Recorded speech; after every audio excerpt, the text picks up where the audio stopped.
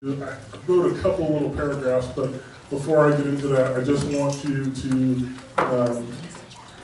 know who the current members of the Vision Women's City Steering Committee are. I'm one of them, and then we have here Susan Gleason. We have Gar Nishioka, Bill All, who's one of our consultants, along with Mike Dalila. We have Jenny Frankel, who's with the Department of Neighborhoods and is also a Home City neighbor. We have Rodney Harold, we have Helen Shore-Long, and we've got Chad Anderson. There he is back in the back. We have John Helmier, who's also with the Home City Collaboratory. And Home City was really born out of a desire of neighbors to reach out and connect with other neighbors for the benefit of the community in the long run. There isn't a representative neighborhood group, and so the hope is that over the long haul, as we work through these processes, the Vision Home City will be that. It is an open forum. We welcome anyone to participate and to engage. This is really a neighborhood-driven project. I sell vintage furniture down in the corner of Rainier and Finley, and as I tell people every time I get a chance, this is the best neighborhood in Seattle. And I will absolutely defend that assertion, no matter what. At this time, I want to introduce you. Moves to Hillman City, to think about when maybe you opened your business here, to think about where, when you entered, when you decide to go to church in this community, and then place yourself somewhere on the timeline, right? And we're going to see what it looks like. Oh, early 90s over there? Yeah, 92. Oh, 92, okay, all right. And then where are you guys? Are you? 2003. 2003, okay. What brought you here then? Yeah, that's all. Affordability. Affordability? Okay. Affordability. You in the 90s. You're in the 90s? I will say that I used to come here in the early 70s to see samurai movies where Maxims is. Oh, yeah. Oh, wow.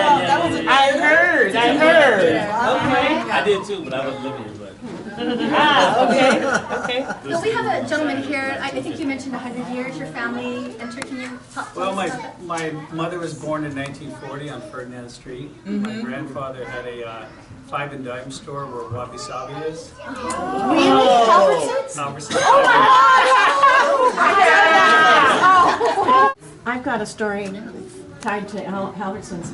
I did my first crime in first grade. I left the campus of Columbia School on Ferdinand, 36, and I went to Albertsons and bought a handful of red licorice.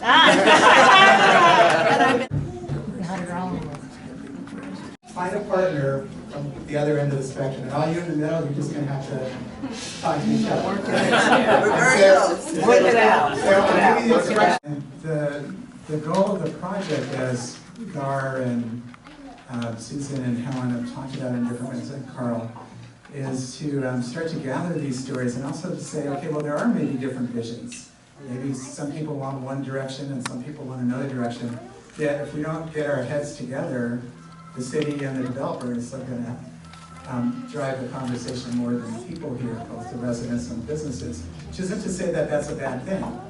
We need to engage all the different voices, but this is a process by which the community members can begin to come together, the business members and the people who have come here to pray come together. The way I understand it is displacement can be an end result of gentrification, you know? Gentrification is like new people coming into the neighborhoods and change is happening, but it often results in displacement. But if anybody else has another definition. I think I have some input on the changes that might occur here that I just want to share. I saw the tremendous changes up on Madison Street, where, if you remember, 23rd and Madison was a little rough, a lot of drug trafficking, and now it is 5-story condos and apartments that all look the same. And if you are a low-income renter, you've been pushed out of that area, which I have a lot of empathy for. one of the problems is, on a macro level, either one or two things will happen to Hillman City. The economy will start going back down again, rents will stop going up, it'll look cruddy again, or it'll look a little dirty because the economy's down, or this big economic shift towards wealthier people will continue, and eventually will look like Columbia City, which these big complexes that are built, those aren't local families building those 300-unit apartment buildings. They're big corporations from California and the East Coast.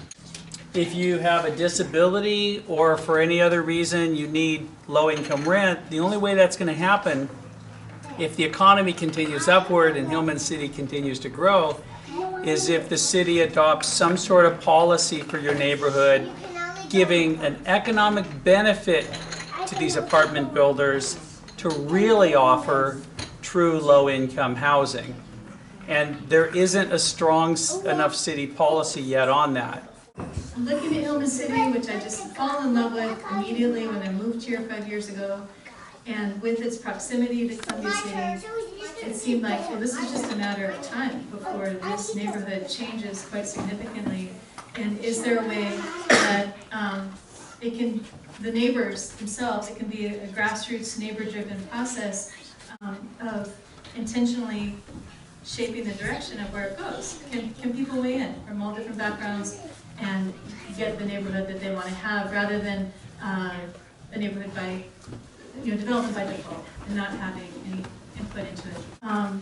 So much history. The communities of color have made this city, are integral to this city, and then what I feel like the patterns are is that communities of color are always pushed south, and now being pushed south out of the city. So this isn't the city that I want to live in, if that's what's happening. I feel like caring, creative people, which I see in this neighborhood, can maybe help come up with creative solutions, whether it's policies, whether it's grassroots effort. What is it that we can do to help keep people and businesses stay here in the community that want to stay in the community? This project, I take very personally. It comes out of the family value that I have, which is everyone's voice matters. It's like if you have a family, everyone should be there around the table because we're here and we matter. And so the notion of when someone enters into the room, my parents have always said, acknowledge that person. Helen, look at them and say hello and greet them. And so I think it's that basic of that we need to really acknowledge each other. And what we want is the best for our families and the best picture of what Hillman City can be. And to me, the best means that everyone is at the table. It's necessary. We are running a parallel process. Vision Hillman City is wanting to do block by block, a culturally language-specific living room, on the street discussion. It's time for us to get together to really say that diversity is important, the voices are important, but what will you do? Can you think about that in this context? We will be together, this is just the beginning. And I think relationships take time. We understand that you're not ready to do what you need to do or want to do or what we would like, but I think it's a relationship, and so Vision Hillman City is very committed. I'm committed to that process, and so I'm glad you're here. It's so pressing, I can tell. Yeah, if I could just make one comment. I'm a little concerned about where the conversation might go, because I think it naturally flows from the concern that's greatest to all of us in terms of displacement, in terms of a neighborhood that was very uncool, and then it becomes cooler, and then whatever made it cool gave rise to new people coming in, and the people who first came in here, they get pushed out. But I think that the problem has another dimension, and if we don't appreciate that there are conflicting goals here, at least in my view, there are conflicting goals, which make the problem harder, then I think we're going to miss the boat. Because I think in the process of addressing the issue of displacement, I think, to be honest with ourselves, we also have to realize that, at least to speak for myself, that we don't want to live in a community that doesn't invite fresh blood, fresh energy, fresh perspectives, even if some of these people have money. So now that creates some tension, but I think we would do ourselves a disservice if we didn't acknowledge that tension and try to reconcile as best as possible what might be conflicting goals. So I guess I'm encouraging that we work with, I try to identify a set of goals, some which may clash with each other. I just want to create a space that is comfortable for everyone and anyone, because we love that it's diverse here. Yeah, we love that. You know, when people walk into the brewery, and usually you go to breweries and it's like white bread central. And you know, we like it that we're in a neighborhood where, you know, we love it when our Ethiopian friends come in and hang out, and you know, spoke to about 8 business owners, people who are working here. I mean, they're all trying to kind of get their business going, and what's important to them is that their rent doesn't continue to rise out of control, and that's been mentioned.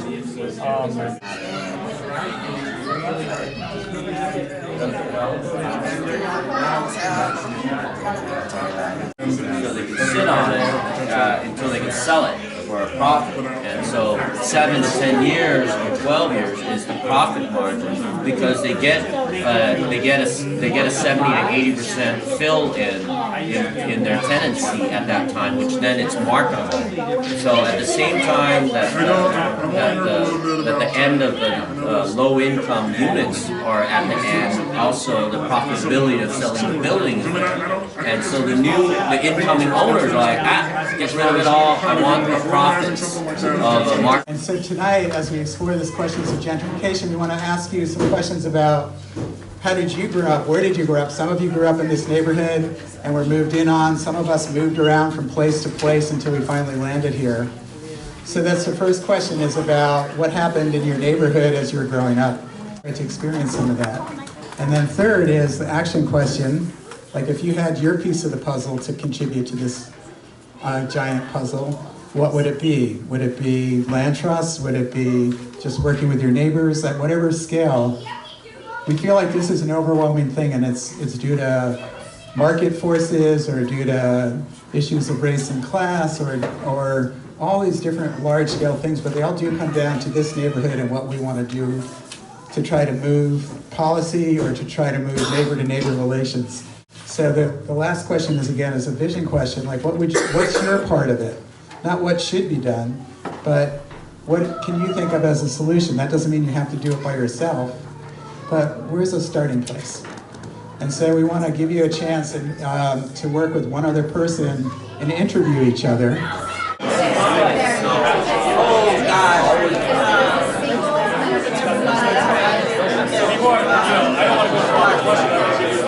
What's your story?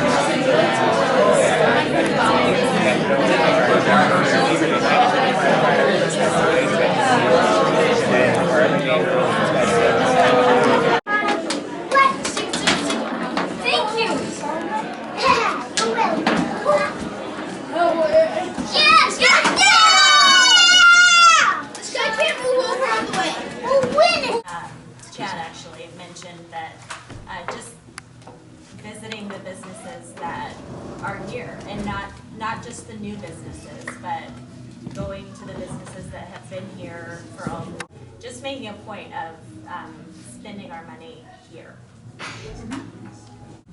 Swapping language skills with their neighbor, non-English speaker, it's another language. They could get together and learn each other's languages, And so just a lot of things around that one-on-one building trust with your neighbors. We all have something special about us, and I feel that we probably need to be more communicate more to each other and have an understanding, get more educated about who in your community, what your businesses are doing. With you being in your community, what you can do to support the business that are in the community. Carl's a business owner in Hillman City, and I think he kind of told the group this a little bit earlier, but I got to hear more about the fact that he's using the connections that he has to try to influence who is buying up the neighborhood, commercially speaking. Am I saying this right? And talking with people who are already, in organizations probably likely, already in Hillman City who have investment power because they have means to get capital or have capital to invest. So I'm interested in shared ownership and shared investing kind of models that are out there. So I guess a piece of the puzzle is I want to learn more about that and also help bring those expert resources to the community to do workshops at the collaboratory, or you know, how do we start worker-owned co-ops, how do we start community land trusts, how do we start a local investing circle, and just those kinds of things where we come together as neighbors to share the ownership and share the investment. Even though it is kind of painful to see some of the goals in all likelihood will conflict with each other, I think it will help us get down the field in terms of trying to assess things which may have some policy analysis implications. It could be land use planning, it could be, you know, land trust, it could be a number of different things which aren't very glamorous, but can result in either effective tools or can result in recommendations that we make to the city mothers and fathers about how they plan the development of this community. It seems like a lot of the pieces that have been offered are strategic, economic, political, which is great. I think maybe the missing piece, which is of course a big part of gentrification, is the conversation on race, and I think that's a much harder conversation to have. And I think as much as I think the economic and policy piece is really critical, some of the emotional and relational and traumatic piece for others, I think it's just important to maybe kind of footnote making space for that conversation as well.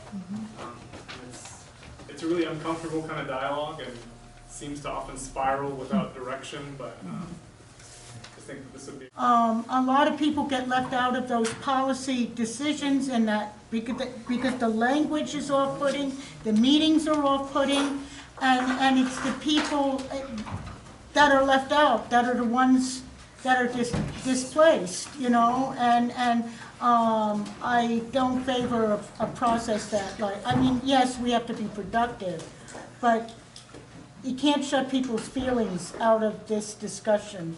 Because there's a lot of policy reports, there's a lot of reports about how bad the places are, there's a lot of conversations that don't end up anywhere. And so now what can we do differently if we actually don't make antithesis between the different perspectives here and actually use them to push ourselves to be more effective? Yeah. Right? Then please talk to them, have these conversations, and bring the. So that's my encouragement. Thanks. Which is a great segue into the last couple minutes of the meeting, which is how more of us can continue to get involved in Vision Hillman City, but begin to move into like how can we self-organize. So that's the intention over the next 3 big meetings, is to keep moving on, sharing experience and vision, beginning to move into like what kind of possibilities there are to do stuff together. So we're running a parallel process of smaller living room conversations, of block to block, more culturally language specific. And so we're running that in parallel to these larger groups. Some of us gathered, Karen, Reiner, there are about 10 of us that gathered at the Andersons' home. And we talked together about reaching people and bringing more voices to the table. So if you're interested in that particular work, we would love to have you. I know people don't really know about this particular meeting yet, but June 25th, next Thursday, we'll be gathering back at the Andersons. If you feel like, I would really love to have a living room discussion with 4 of my neighbors, Vision Hillman City would really love to support you in doing that work. And